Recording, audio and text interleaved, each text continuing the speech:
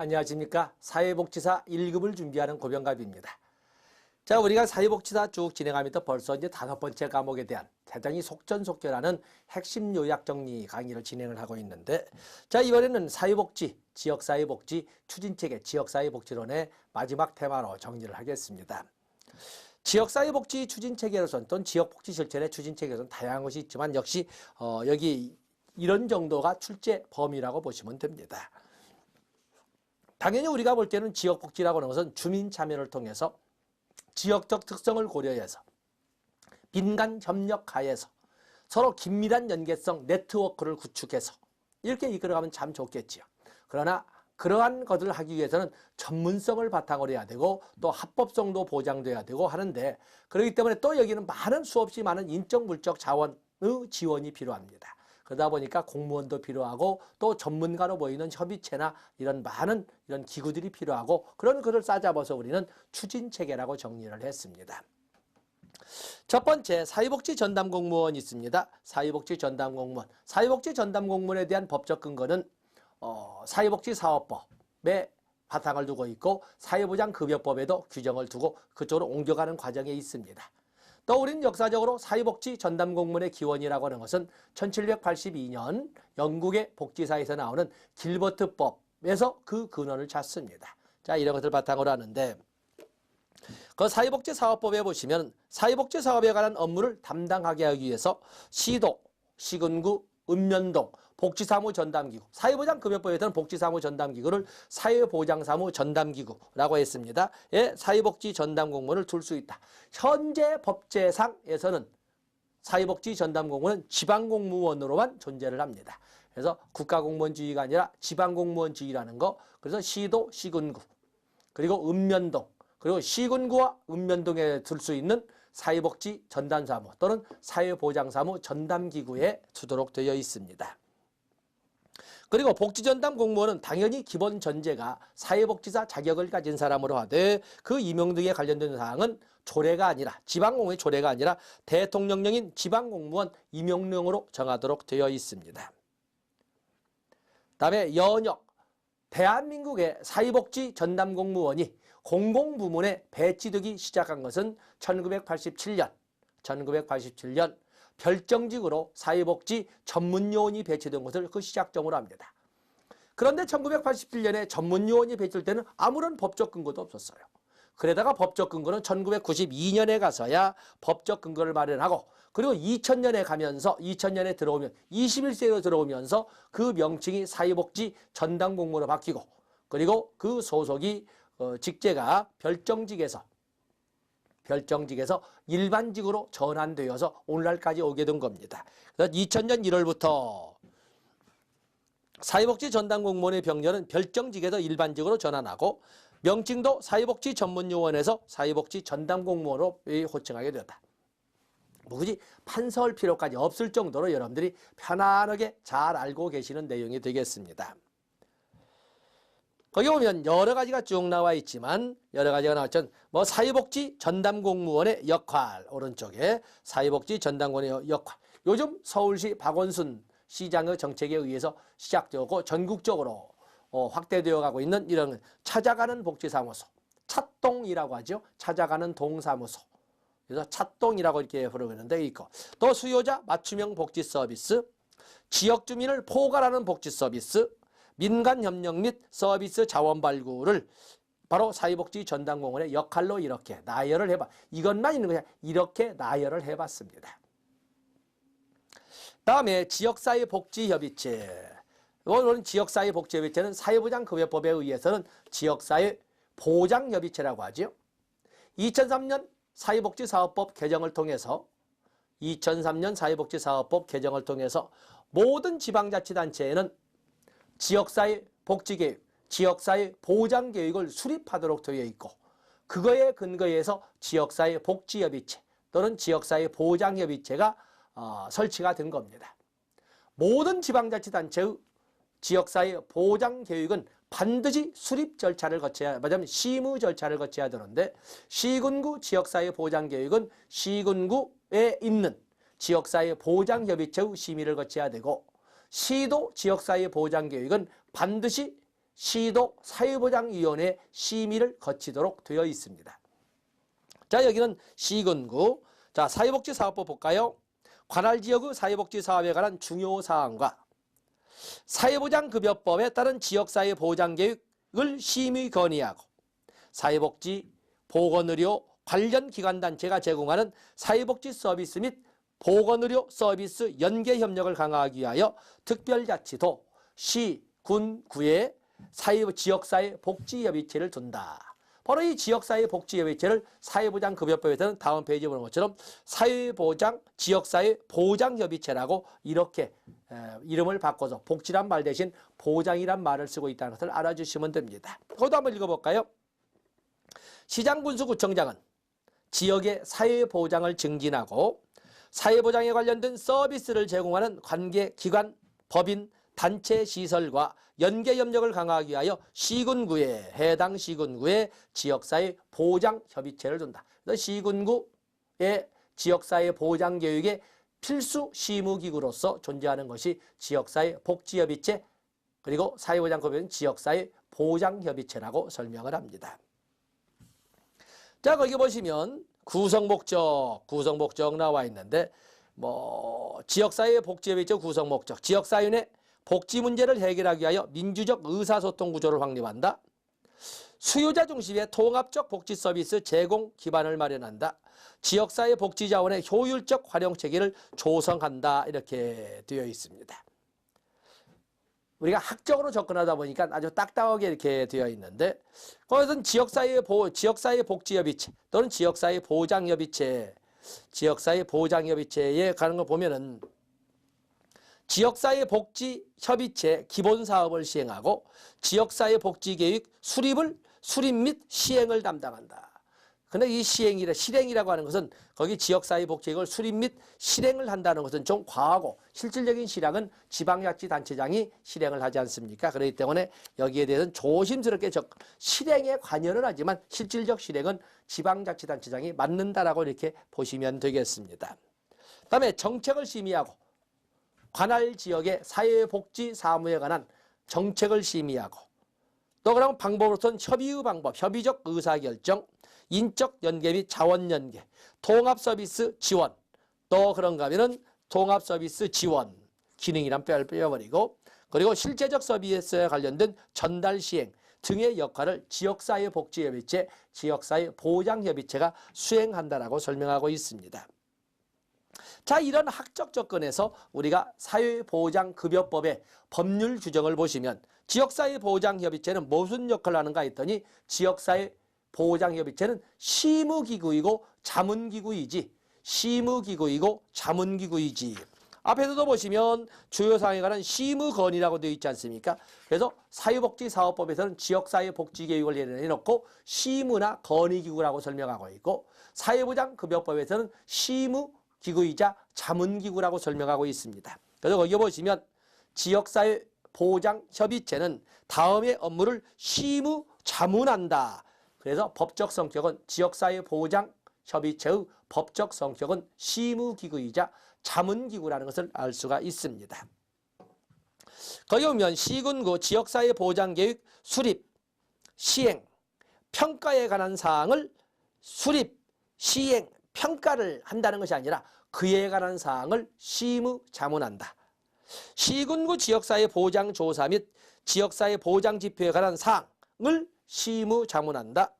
지역가의 사회보장급여 제공에 관한 사항을 시무자문한다. 사회보장 추진에 관한 사항을 시무자문한다. 지역사회 보장협의체 구성 운영에 관한 사항을 시무자문한다. 기타 사항을 시무자문한다. 그 때문에 우리가 사회보장급여법에 의거해서 지역사회 보장협의체의 법적 성격은 시무기구, 실행기구나 평가기구가 아니라 뭐냐면 수립 또는 실행 또는 평가기구가 아니라 그에 관한 사항을 시무자문하는 기구입니다. 시무자문하는 기구. 그래서 위에서 보면은 우리가 보면 지역복지계획의 수립 누가 해요? 시장군수구청장이. 그다음에 실행 누가 해요? 시장군수구청장이. 평가는 누가 해요? 평가는 상급관청이라고 할 수 있는 시도지사가 할 수 있도록 이렇게 우리가 보지 않았습니까? 때문에 수립 및 실행에 관한 사항, 실행에 관한 사항 시무. 시무가 돼야 되겠죠. 시무. 기본적으로 자문도 있지만 시무기구의 개념으로 가지고 있다는 것을 여러분들이 보아주시면 되겠습니다. 다음에 우리가 볼 것이 운영원칙이 나와 있습니다. 하나하나 눈으로 볼 수 있지만 써보세요. 지역사회 보장 협의체.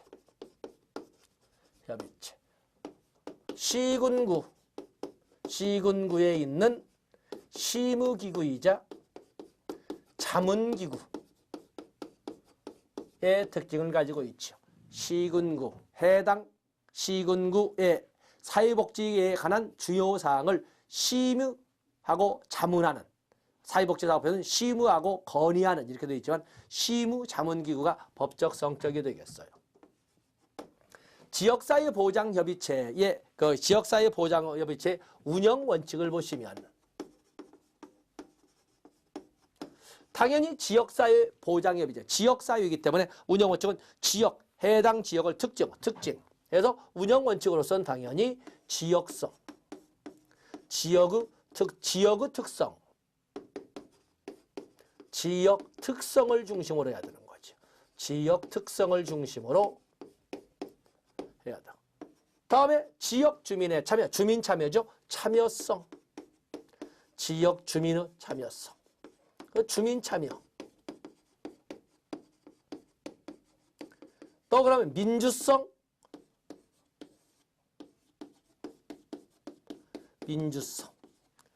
지역사회 보장협의체는 민주성을 특징으로 합니다. 그렇기 때문에 모든 절차가 민주적이어야 된다. 심의 건의 과정에서부터 시작해서 심의 자문하는 이런 심의 건의 과정부터 모든 절차가 민주적이어야 된다. 그리고 당연히 협의성, 그리고 네트워크, 연계성. 자, 이렇게 틀릴 건 없죠. 이 중에 민주성, 협의성, 연계성 약간 까칠해도 틀릴 일은 없습니다. 이렇게 해서 5개의 특징을 설명을 했습니다. 다음에 지역사회복지협의체 또는 지역사회보장협의체의 구성을 보시면 특징으로 설명할 수가 있습니다. 특징으로. 자, 거기에 보시면 민간협력체계로 광범위한 참여를 전제로 한다. 민간협력, 특징으로 적겠습니다. 특징. 지역사회보장협의체, 민관협력체계이다. 주민 참여를 원칙이자 전제로 한다. 다음에 두 번째 보면 지역사회복지협의체는 실무협의체를 두고 있다. 실무협의체. 그래서 실무협의체를 둠으로써 전문성을 제고하고 있다. 실무협의체. 지역사회보장협의체는 실무협의체를 설치하고 있는데 이 실무협의체를 통해서 이들은 전문성, 지역사회보장계획에 대한 전문성을 제고하고 있는 거죠. 또 그러면 지역사회복지협의체는 위원장을 포함한 10명에서 30명 이하의 위원으로 구성을 한다. 위원장은 지명이 아니라 위원 중에서 호선하도록 되어 있다. 지역사회복지협의체, 지역사회보장협의체의 위원회 임기는 2년으로 한다. 2년으로 한다. 또 그러면 지역사회복지협의체 업무를 효율적으로 수행하기 위하여 지역사회복지협의체 실무협의체를 둔다. 2번과 5번이 같이 연결되어 있군요. 이것을 합해서 보죠. 어쨌든 지역사회보장협의체, 지역사회복지협의체에는 저희 업무의 효율적 추진을 위해서 또 한편으로서는 전문성 제고를 위해서 지역사회보장협의체 내에 실무협의체를 둔다. 이렇게 되어 있습니다. 실무협의체. 그래서 이 보면 사회보장급여법에 보면 업무의 효율적 추진. 그래서 여긴 전문성 제고, 업무의 효율성 추구.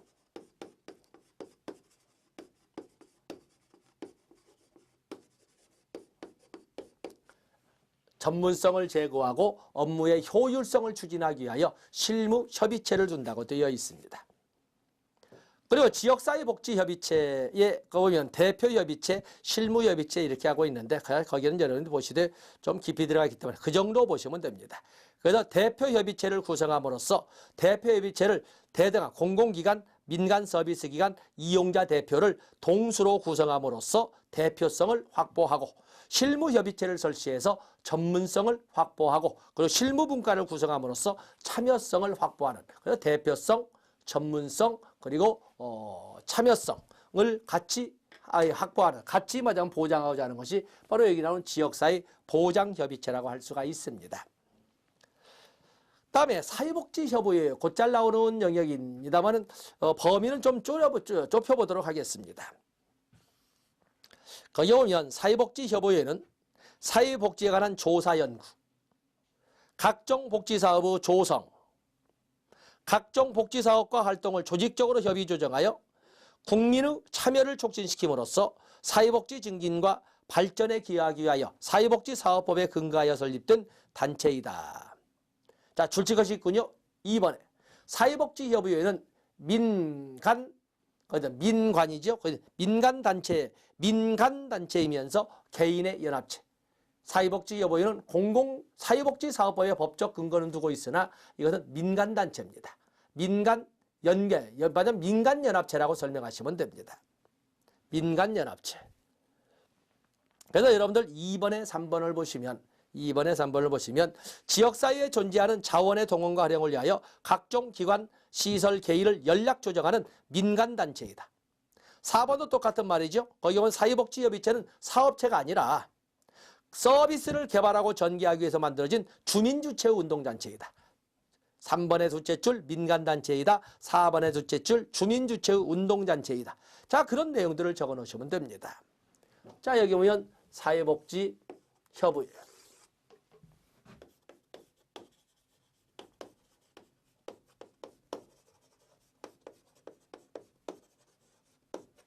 사회복지협의회를 보면 사회복지협의회라고 하는 것은 첫 번째, 이것은 민간단체입니다. 민간연합체. 민간연합체의 성격을 가지고 있고 이건 오른쪽에 있는 것처럼 주민주체의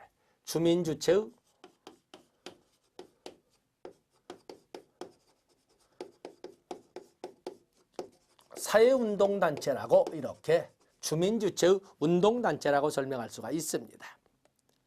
거기 온 설치를 보시면 사회복지협의회 설치는 바로 이제 여기가 출제가 되는 영역이 되겠습니다만 설치에는 중앙협의회,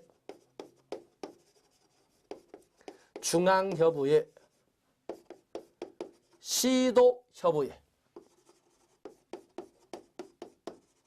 그리고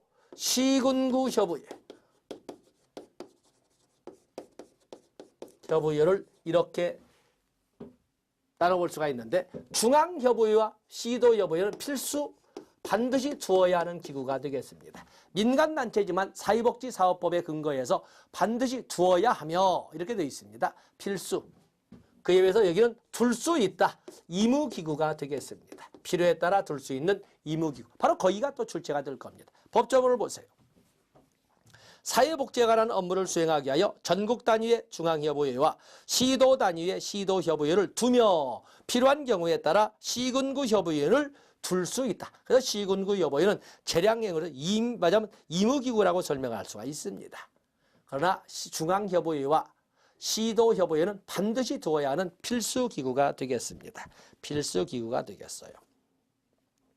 다음에 사회복지협의회는 사회복지법인으로 보지만 사회복지사업법의 근거처럼 사회복지법인은 사업을 운영하는 데 필요한 재산을 보유하여야 되는데 그 재산이 없어도 된다는 규정을 그렇게 설명을 했습니다. 재산이 없어도 된다. 다음에 사회복지협의회의 원칙. 사회복지협의회의 원칙은 당연히 사회복지협의회는 민간협력체. 그렇기 때문에 이거는 민간성을 가지고 민간연합체, 민간성을 원칙으로 하고 그리고 주민들의 참여를 원칙으로 합니다. 주민참여.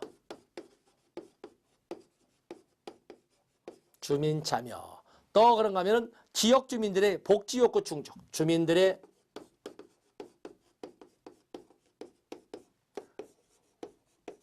복지욕구 충족, 관한 조사 연구 또는 주민들의 복지 욕구 충족에 관한 복지 사업의 조성 뭐 이런 것을 이끌어가는 민간 단체를 바로 그렇게 말하는데 여기는 당연히 전문성이 있어야 된다. 전문성은 보통 실무협의체를 통해서 합니다만은 이렇게 해서는 민간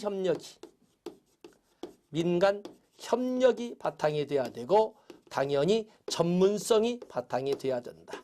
특히 실무협의체를 통해서 우리가 지역사회 보장협의체는 있는 것처럼 여기 사회복지협의회도 역시 마찬가지로 지역사회 보장협의체처럼 그런 전문성을 확보할 수 있는 이런 그 부분들이 모두 조성되어 있습니다. 그래서 바라는 거 공공부문은 아니기 때문에 모든 또 다양한 전문가를 모두 초빙할 수는 없지만 그래도 지역 사회복지협의회도 역시 지역 주민들의 욕구 충족을 이끌어가는 데 있어서 전문성이 최대한 반영되도록 해야 된다 해서 전문성을 이렇게 넣고 뭐 지역 적합성은 당연한 거고 이렇게 우리가 적어볼 수가 있습니다.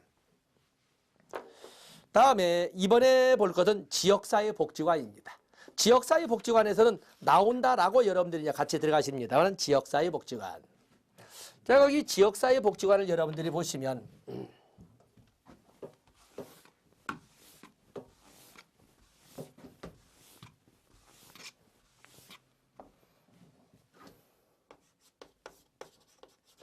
지역사회복지관. 지역사회복지관의 개요를 보면 지역사회복지관의 기원은 지역사회복지관의 개요는 인보관 운동에서 찾습니다. 또 지역사회복지관의 법적 근거는 사회복지사업법, 사회복지사업법을 법적 근거로 합니다. 보면은 지역사회 내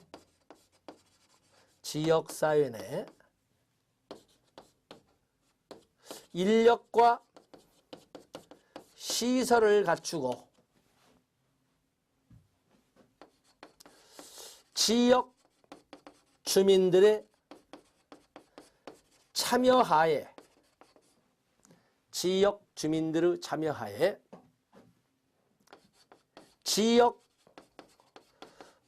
문제를 중심으로 지역사회의 문제를 중심으로 지역사회 내 인력과 시설을 갖추고 지역 주민들의 참여를 전제로 지역사회의 문제를 중심으로 종합적인 서비스를 제공하는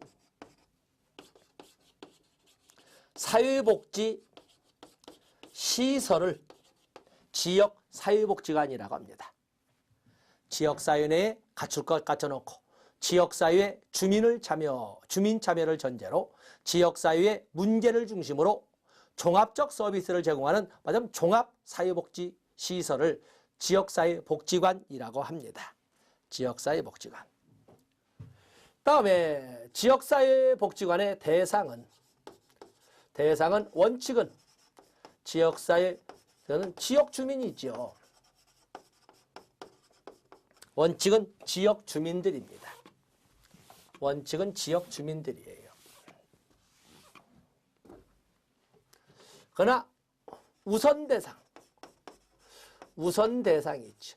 물론 지역주민 전체를 대상으로 하되 지역주민 전체에게 서비스가 제공돼야 마땅하지만 그러기에는 한정된 재원이라는 또는 한정된 자원이라는 한계가 있기 때문에 그래서 만약에 이것이 부족할 경우에는 누구를 우선 대상으로 할 것이냐, 서비스 제공의 우선 대상은 누구로 할 것이냐라고 할 적에 보면은 국기법상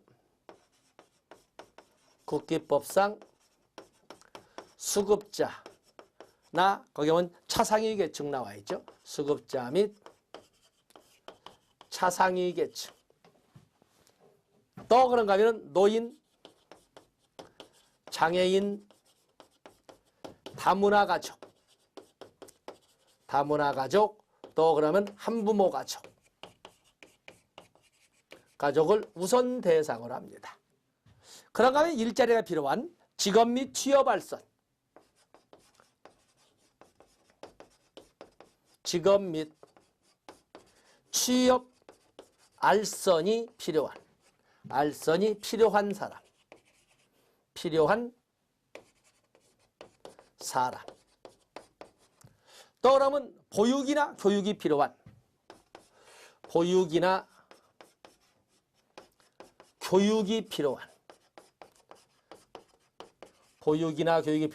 유아, 아동, 청소년,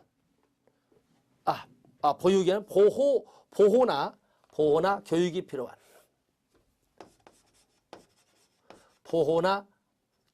필요한 유아, 아동, 청소년을 대상으로 합니다. 또 기타. 자, 이렇게 해서 소위 사회복지관 서비스 제공의 대상은 지역주민 전체로 하지만 이렇게 우선순위를, 우선 지원 대상, 우선 제공 대상을 이렇게 법으로 규정을 하고 있습니다. 다음에 출제되는 것이 바로 이제 여기가 더 출제가 이렇게 되겠습니다만, 사회복지관 사업, 지역사회복지관의 사업에는 뭐가 있는가? 종래와는 달리 이 사회복지관에 관한 법이 바뀌고 규정이 바뀌면서 사업이 바꿔졌습니다. 그래서 먼저 사업으로 나누는 것이 아니라 기능별 분류, 사업을 기능별로 분류합니다. 특징입니다. 사회복지관 사업은 기능별로 분류하고 있는데, 첫 번째가 사례관리 기능 해서 3개의 사업을 제시하고 있고, 다음에 두 번째 서비스 제공 기능에서 4개의 사업을 제시하고 있고, 그리고 지역 조직화 기능을 통해서 3개의 사업을 제시하고 있습니다. 그런데 여기가 주로 출제가 되겠어요. 사회복지관의 기능은 사례관리 기능에 보면은 거기 보면 사례 발굴 사업, 사례 개입 사업, 서비스 제공 사업, 사례 발굴 사업 기능별로 나누고, 그 기능별 사업을 사례 개입 사업, 또 서비스 제공 사업, 이렇게 사례 관리 기능에는 3개의 사업을 제시를 했어요. 그래서 사례 발굴 사업, 사례 개입 사업, 그리고 서비스 연계 사업, 이렇게 3개의 사업으로 사업을 제시를 했습니다. 서비스 연계 사업. 그에 비해서 서비스 제공 기능에는 4개의 사업을 제시하고 있는데, 서비스 제공 기능의 4개의 사업을 보면은 거기는 가족 기능, 그 첫 번째 보면은 가족 기능 강화 사업,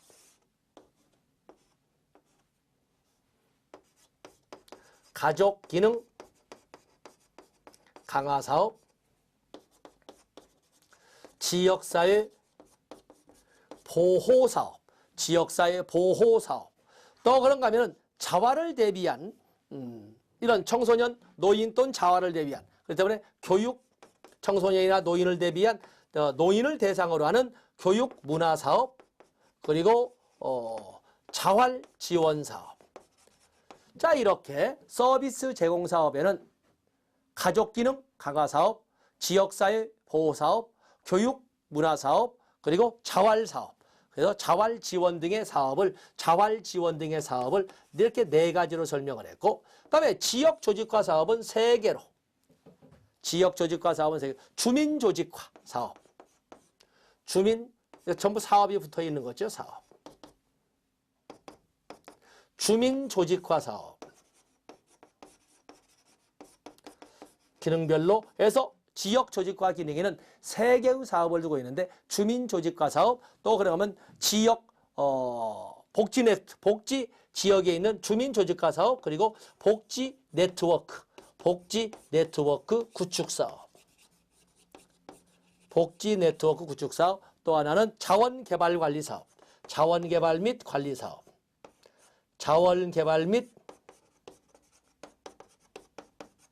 관리 사업, 자, 여러분 손으로 맛을 보셔야 됩니다. 그냥 눈으로 보지 마시고 해서 사회복지관 사업에는 기능별로 먼저 사례관리 기능, 서비스 제공 기능, 그리고 지역 조직화 기능 먼저 기능으로 나눈 다음에 기능별로 사업을 분류했다. 그래서 사업까지 여러분들이 봐주셔야 되겠습니다. 그래서 여기가 출제가 되겠어요.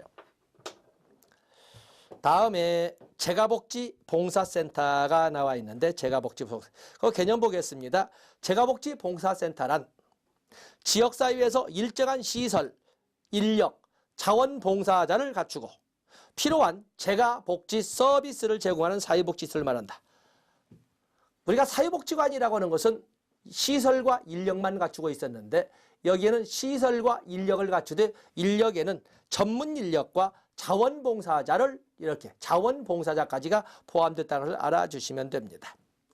오른쪽에 보시면 자원봉사센터의 기능, 조사, 진단, 서비스 제공, 서비스 제공 당연하고 또 지역사회의 자원을 동원하고 지역사회의 자원을 활용하고 또 그러면 사업평가 또 지역복지, 재가복지 봉사센터는 교육기능도 합니다.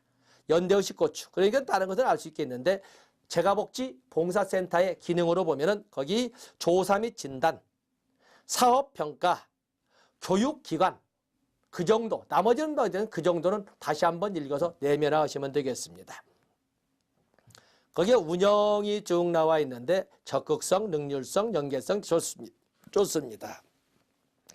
다음에 재가복지 봉사의 대상자는 당연히 지역사회 주민을 대상으로 하되 그중에 먼저 지역사회의 저소득층을 우선 대상으로 하고 있습니다. 근데 제가 굳이 이것을 읽어드리는 것은 함정이 있어서 그렇습니다. 재가복지 봉사센터에서 제공되는 서비스의 우선 지원 대상은 당연히 저소득층이니까 지역사회의 국민기초생활보장법상 수급권자. 다음에 저소득가정으로서 재가복지 서비스가 필요하다고 인정되는 무위탁 국가유공자나 그 유족. 그리고 세 번째에 보시면 미신고시설 생활자, 신고시설 생활자가 아니라 미신고시설 생활자가 재가복지 봉사센터 서비스의 우선 지원, 우선 제공 대상이 되겠어요. 미신고시설 생활자로서 장애인이나 여성이나 어떤 미신고시설 생활자 거기에다가 함정에 넘어가지 말자는 표시를 해주시면 되겠습니다. 다음에 재가복지 서비스의 내용은 좋고 다음에 사회복지 공동모금회가 있습니다. 사회복지 공동모금회가 이렇게 쭉 나와 있는데 사회복지 공동모금회에 대해서는 우리가 설명할 적에 사회복지 공동모금회. 자, 이것도 많은 사람들이 사회복지 공동모금회를 마치 공공단체처럼 이렇게 설명하는데 사회복지 공동모금회라고 하는 것은 순수 민간단체입니다. 지역사회를 기반으로 지역 주민들이 중심이 되어서 이끌어가는 바로 민간 모금단체가 사회복지 공동모금회입니다. 그다음에 사회복지 공동모금회에서는 여러 가지 설명하지만 거기 사회복지 공동모금이라 이렇게 되어 있지요. 사회복지 공동모금이라 해서 이 사회복지 공동모금에 대해서는 여러분들이 거기에다가 페이지를 사회복지 공동모금에 대해서는 페이지를 528페이지에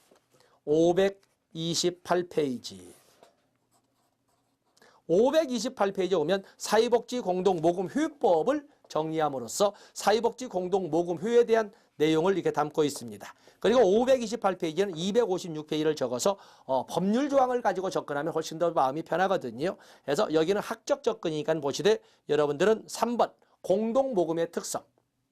공동모금의 특성을 보면 자율적 민간운동이다. 지역사회 중심의 주민활동이다. 그리고 창구의 일원화. 운영의 효율성, 여기가 뛰어난 창구의 일원화.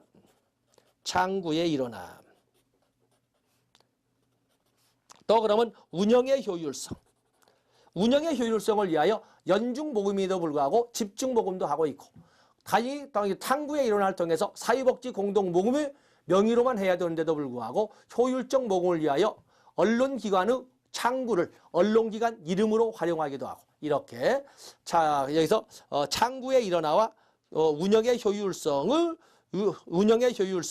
같이 도모하는 특징을 가지고 있다라는 것을 이렇게 보시고 또 그러면 모든 업무 특히 이 복지사무의 투명성 또 공정성을 확보하고 과시하기 위해서 모든 것이 공개되어야 합니다. 그리고 전국적 협조를 사회복지 공동모금회는 사회복지법인으로 전국적 협조를 도모하는데 궁극적 목적으로 궁극적인 어떤 의도를 가지고 궁극적인 목표 달성을 위한 의도로 사용을 하고 있습니다. 다음에 오른쪽 페이지에 보면 공동모금회 모금회의 업무 나와 있지요. 다 법으로 나와 있습니다만 사회복지 공동모금회의 업무는 크게 기획, 그리고 홍보, 그리고 모금, 그리고 배분 이렇게 4개의 업무로 나누고 있고 그리고 각각의 4개의 업무를 맡고 있는 분과 실행위원회가 존재를 합니다. 기획분과 실행위원회, 홍보분과 실행위원회, 모금분과 실행위원회, 그리고 배분분과 실행위원회 이렇게 4개의 업무를 각각의 분과로 두고 실행위원회를 운영하고 있습니다. 다 법적 근거를 통해서 알아볼 수가 있습니다. 그리고 258페이지의 사업의 내용이 사회복지 공동모금의 배분사업에는 신청사업, 그리고 사회복지 공동모금회에서 기획한 사업으로 거기에 신청한 사람들만 받아주는 기획사업, 지정기탁사업, 또 긴급지원사업 크게 4가지로 나누고 있다. 그 정도 여러분들이 가져가시고 자세한 것은 뒤에서 사회복지 공동모금 효율법을 보면서 다시 한번 끄집어내도록 하겠습니다. 다음에 드림스타트 사업이 있습니다. 드림스타트. 이 드림스타트 사업이라고 하는 것은 거기 개념을 보시면 초등학생, 임산부부터 초등학생에 이르기까지 저소득층 임산부와 아동을 대상으로 해서 통합 서비스, 맞춤형 통합 서비스를 제공하는 이런 대공하고자 하는 사업을 드림스타트 사업이라고 합니다. 한번 읽어보겠습니다. 드림스타트 사업은 0에서 12세, 0이라고 하는 것은 임산부를 말합니다. 임산부에서 초등학교 6학년까지의 저소득층 아동 및 가정을 집중 사례 관리하고 그리고 통합 서비스를 보건, 복지, 보육의 통합 서비스를 지역자원과 연계하여 지원하는 사업이다. 그래서 다시 3번에 보면 대상자 이 저소득층 임산부에서 초등학생까지를 이렇게 설명을 하고 있고 그 중에서도 기초생활수급 및 차상위계층 가정, 법정, 한부모 가정, 학대 및 성폭력 피해 아동 등에 대하여 우선 지원 원칙을 담고 있다. 그 정도 보시면 되겠습니다. 사업별 추진 방향은 지금 볼 건 아니고 그래서 이 드림스타트 사업이라고 하는 것은 저소득층 가정을 대상으로 소위 보건, 복지, 보육 등의 통합 서비스를 제공하는 이런 사업이 되겠는데 거기 보면 신체 건강에 관한, 인지 언어에 관한, 정서 행동에 관한 이러한 통합 서비스를 제공한다. 그 박스는 모양새를 좋게 했지만 이런 서비스를 통합적으로 제공하고 집중해서 사례 관리한다라고 보시면 되겠습니다. 다음에 아동발달지원계좌가 나와 있는데 아동발달지원계좌. 아동발달지원계좌, 아동이라고 하는 것은 아동복지법에 의해서 18세 미만을 말하고 있지 않습니까? 자 보겠습니다. 아동발달지원계좌, 디딤 씨앗통장이라고 하는데 2007년부터 시행한 저소득층 아동의 자산형성사업으로 우리가 보면 아동복지법에 보면 자산형성사업이 나와 있습니다. 아동복지법에 자산형성사업이 이렇게 나와 있는데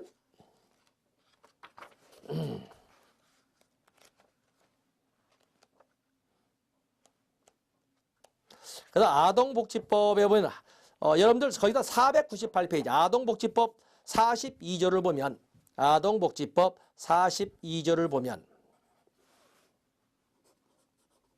한번 이 교재의 법률을 보겠습니다. 국가와 지방자치단체는 아동이 건전한 사회인으로 성장 발전할 수 있도록 자산형성 지원 사업을 실시할 수 있다. 자산형성 지원 사업을 실시할 수 있다. 그거에 의해서 보건복지부에서 2007년부터 시행한 저소득층 아동의 자산형성 사업을 디딤 씨앗통장 또는 아동발달 지원계좌라고 하고 있는 것입니다. 거기 보시면 아동이 매월 일정 금액을 저축하면 3만 원 이내에서 일정 금액을 저축하면 국가도 3만 원 이내에 같은 금액을 매칭 펀드로 적립해 줌으로써 나중에 아동을 넘어서 자립을 적에 소위 씨앗의 역할을 할 수 있도록 하나의 시드머니, 종잣돈의 역할을 할 수 있도록 이렇게 만든 사업이 자산형성사업, 아동발달 지원계좌 또는 아동발달지원회 디딤씨앗 통장이라고 하고 있습니다.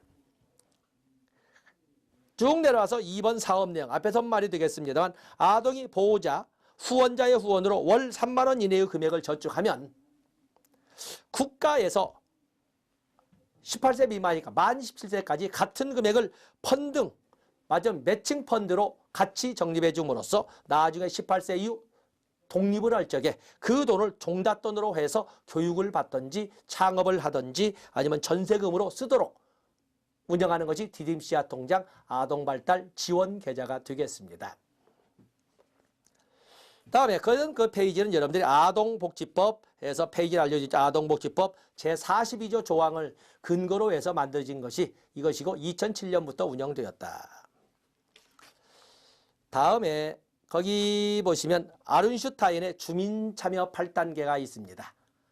아른슈타인은 주민참여를 크게 거기 보면 비참여, 청시적 참여, 그리고 주민 권력 크게 세 개의 틀로 나누고 하되 비참여, 주민 참여가 전혀 허용되지 않는 것을 보통 이걸 조치, 일방적으로 하명하는 거죠. 조치. 그렇죠? 그래서 머리말만 가지고 조작과 치료도 일방적으로 해주는 거죠. 그래서 조작과 치료에서 조치라고 이렇게 비참여 부분에는 조작과 치료 두 가지가 있고 다음에 청시적 참여, 유형적으로 봐서는 지역 주민들의 참여를 허용하는 것 같은데 사실은 모양새만 갖추는 거죠. 청시적 참여. 여기를 정상회, 사실은 실질적으로 주민을 참여해놓고 모든 모임은 상부에서만 하는 거예요. 정상회, 정보 제공, 상담, 그리고 회유 이렇게 세 가지 머리말만 써가지고 제가 거기에 보면 정보 제공, 상담, 회유 세 가지의 머리말로 정상회. 유형적으로는 주민 참여를 보여줘. 사진도 다 찍어. 그러나 실질적으로는 정상회에서 모든 것을 운영하기 때문에 사실은 주민 참여는 껍데기에 불과하죠. 정상회, 정보 제공, 상담, 회유. 그에 비해서 주민 권력이라고 이렇게 감히 쓸 수 있는 단계에는 세 단계로 설명을 하되 협동, 권한 위임, 협동만 하더라도 그래도 5대5 정도 되지 않습니까?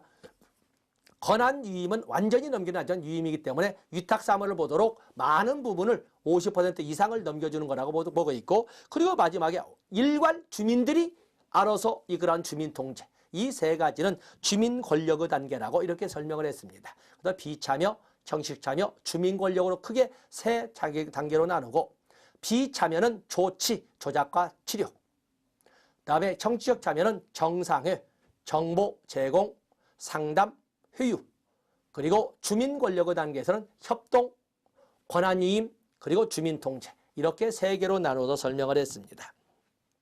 거기 회유와 같은 경우를 보면 각종 위원회를 통해 주민 참여의 범위는 확대되지만 최종 결정은 누가 한다? 행정기관에서 하는 것을 회유라고 합니다. 주민 참여가 요령대로 굉장히 확대되어 있지만 실질적인 최종 결정은 주민의 의사를 반영한다면 고려해서 최종 결정은 행정기관에서 합니다. 그에 비해서 협동관계는 행정기관이 최종 결정권을 가지고 있다는 점에서는 회유나 협동관계는 똑같지만은 회유에서는 유형적으로 주민의 의견을 고려할 정도에 불과하지만 협동관계에서는 그들의 주장을 협상 테이블에 올릴 정도는 된다 해서 협동관계라고 설명을 합니다. 그래서 협동관계와 회유에서 형식적 참여의 상담부와 주민 권력의 하단부지만 양자 정도를 비교해 주시면 큰 도움이 될 겁니다. 다음에 해당 주민들의 대화 유도를 통해 수용할 수 있는 맞으면 주민들의 대화 유도를 통해서 수용할 수 있도록 하기 위한 방법 이렇게 말이 좀 어려운데 어떤 주민들을 끌어당길 수 있는 주민들의 의견을 정책 결정에 반영할 수 있는 방법으로는 이러한 델파이 기법이나 명목 집단 기법이나 브레인스토밍 같은 방법도 있고 또 그러면 샤레트 기법과 같은 이런 등등도 있다. 그래서 이들이 서로 만민공동회라고 하는 것처럼 소위 관민협동 이런 모임에서 자연스럽게 흘러가는 이런 이야기들을 정책 결정자들이나 행정가들이 인지하고 있다가 그걸 바탕으로 해서 정책을 개진하거나 주민 의견들을 충분히 고려하는 것을 샤레트 방법이라고 합니다. 한번 읽어볼까요? 지역 주민, 관료, 정치가들이 함께 모여 서로 배우는 비공식적 분위기를 조성하여 지역사회가 느끼는 문제점들과 관료나 정치가들이 인지하고 있는 문제의 시각을 서로 발표해서 서로 이해를 하도록 함으로써 합의를 도출하는 방법을 샤레트 기법이라고 합니다. 그래서 비공식적인 이런 스터디 그룹을 만들어서 지역 주민들의 입장이나 어떤 바람, 공무원들이나 정책 결정자들의 입장이나 바람을 서로 개진해서 끄집어내어서 서로 토론해보고 거기에서 합의를 도출해가는 방법을 샤레트 방법이라고 합니다. 이런 것처럼 델파이 기법 아시고 명목 집단 기법도 아시고 집단 과정을 통한 창의력 개발 기법이자 의사결정 기법인 브레인스토밍도 아십니다. 그래서 샤레트 기법 하나만 정리를 해봤습니다. 자, 이 시간 여기까지 해서 우리는 지역사회 복지론을 최종 마감 진거로 할 겁니다. 그리고 다음 시간부터 이제는 3교시, 좀 더 시간이 충분히 필요하다고 해서 앞선 1교시, 2교시는 좀 조급증을 낸 것은 아니지만 많이 축약을 시켜서 진행을 했습니다. 그런데 3교시에 대해서는 좀 우리가 꼼꼼히 봐야 되겠지요. 그래서 다음 시간부터 좀 넉넉한 시간을 가지고 진행하도록 하겠습니다. 고맙습니다.